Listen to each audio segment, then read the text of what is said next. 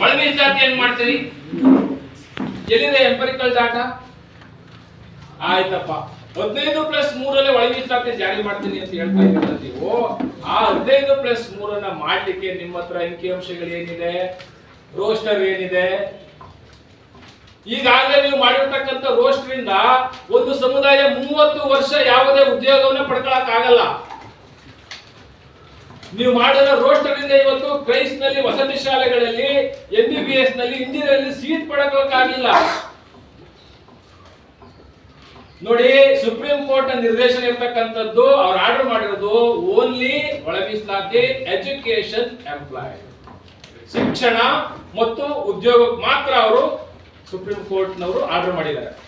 ನೀವು ಶಿಕ್ಷಣ ಮತ್ತು ಉದ್ಯೋಗಕ್ಕೆ ಇರ್ತಕ್ಕಂಥದ್ದನ್ನ ಯಾವ ರೀತಿ ಸಮಾನವಾಗಿ ಹಂಚಿಕೆ ಆಗ್ಬೇಕು ಅಂತಕ್ಕಂಥ ಒಂದು ಸಣ್ಣ ಕಲ್ಪನೆ ಇಲ್ಲದೆ ನಿಮ್ಮ ಅಧಿಕಾರಿಗಳು, ಸರ್ಕಾರದ ಅಧಿಕಾರಿಗಳು ಕಣ್ತಪ್ಪಿ ನಿಮ್ಮನ್ನ ಕುರುಡರನ್ನಾಗಿ ಮಾಡಿ ಇವತ್ತು ಸಮುದಾಯಗಳನ್ನ ಬೀದಿಗೆ ತಂದಿದ್ದೀರಿ.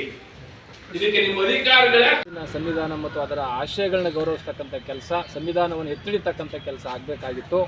ಆದರೆ ಸರ್ಕಾರ ನೇಮಿಸಿರ್ತಕ್ಕಂಥ ನಾಗಮೋಹನ್ ದಾಸ್ ವರದಿ ಒಂದು ಬಲಗೈ ಸಮುದಾಯದ ಮರಣ ಶಾಸನವನ್ನಾಗಿ ಬರೆದಿರುವುದರಿಂದ ಒಳ ಮೀಸಲಾತಿಯ ಒಳಸಂಚುಗಳು, ಒಳ ಮೀಸಲಾತಿಯ ಷಡ್ಯಂತ್ರಗಳು, ಒಳ ಮೀಸಲಾತಿಯ ರಹಸ್ಯ ಕಾರ್ಯಸೂಚಿಗಳ ಬಗ್ಗೆ ನಾಡಿನ ಜನತೆಗೆ ತಿಳಿಸಬೇಕಾಗಿದೆ.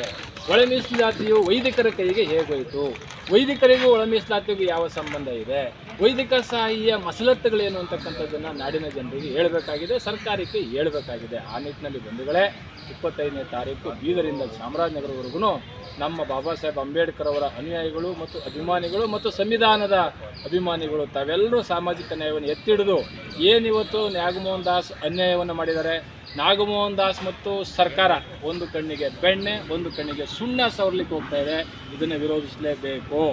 ಇದು ಒಳ ಮೀಸಲಾತಿ ಒಂದು ಸಮುದಾಯದ ಹಿತಾಸಕ್ತಿ ಅಲ್ಲವೇ ಅಲ್ಲ. ಒಳ ಮೀಸಲಾತಿಯು 101 ಸಮುದಾಯದ ಹಿತಾಸಕ್ತಿ ಆಗಿದೆ. ಆ ಕಾರಣಕ್ಕೋಸ್ಕರನೇ 25ನೇ ತಾರೀಕು ಮಾಡು ಇಲ್ಲವೇ ಮಡಿ, ಏನು 27ನೇ ತಾರೀಕು ಸರ್ಕಾರ ಕ್ಯಾಬಿನೆಟ್ ಕರೆದಿದೆ. ಆ ಕ್ಯಾಬಿನೆಟ್ನಲ್ಲಿ ಸಾಮಾಜಿಕ ನ್ಯಾಯದ ಅಡಿಯಲ್ಲಿ ನಿಮ್ಮ ಸರ್ಕಾರದ ಬೆನ್ನು ಮೂಳೆ ಮುರಿತಕ್ಕಂಥ ಕೆಲಸವನ್ನು ನೀವು ಮಾಡಿಸ್ಕೋಬೇಡಿ. ನಿಮ್ಮ ಸರ್ಕಾರದ ಬೆನ್ನೆಲುಬು ನಾವು, ನಿಮ್ಮ ಸರ್ಕಾರ 135 ಸೀಟಿಗೆ ಬೆನ್ನೆಲುಬು ನಾವು. ಹಾಗಾಗಿ ಸರ್ಕಾರವನ್ನು ರಚನೆ ಮಾಡಲು ಪ್ರಮುಖ ಪಾತ್ರ ವಹಿಸಿದ ಒಂದು ಸಮುದಾಯವನ್ನು ಕುಗ್ಗಿಸಿದ್ರೆ ಮುಂದಿನ ಬೆಲೆಯನ್ನು ನೀವು ತರಬೇಕಾಗುತ್ತೆ ಅಂತಕ್ಕಂಥ ಎಚ್ಚರಿಕೆಯನ್ನು ಸ್ವತಂತ್ರ ಉದ್ಯಾನವನದಿಂದ ನನ್ನ ನಾಡಿನ ಜನರು ಕೊಡಬೇಕಾಗಿದೆ. ಹಾಗಾಗಿ ಸ್ವಾಭಿಮಾನಿಗಳು, ಘನತೆಯ ಬದುಕಿಗೆ ಹೆಸರಾದಂಥ ಈ ಸಮುದಾಯ ಭಾಳ ನಿಷ್ಠೆ ಮತ್ತು ಶ್ರದ್ಧೆಯಿಂದ 25ನೇ ತಾರೀಕು ಮನೆಗೂ ಸಹ ಒಬ್ಬೊಬ್ಬರು ಬಂದು ಈ ಒಂದು ಬೃಹತ್ ಪ್ರತಿಭಟನೆಯಲ್ಲಿ ಪಾಲ್ಗೊಂಡು ಸರ್ಕಾರದ ಒಂದು ಏನು ಮಸಲತ್ತಿದೆ ಅಥವಾ ಸರ್ಕಾರದ ಏನು ಷಡ್ಯಂತ್ರ ಇದೆ ಅದನ್ನು ಮೆಟ್ಟಿ ನಿಲ್ತಕ್ಕಂಥ ಸಮುದಾಯ ನೀವಾಗಬೇಕು.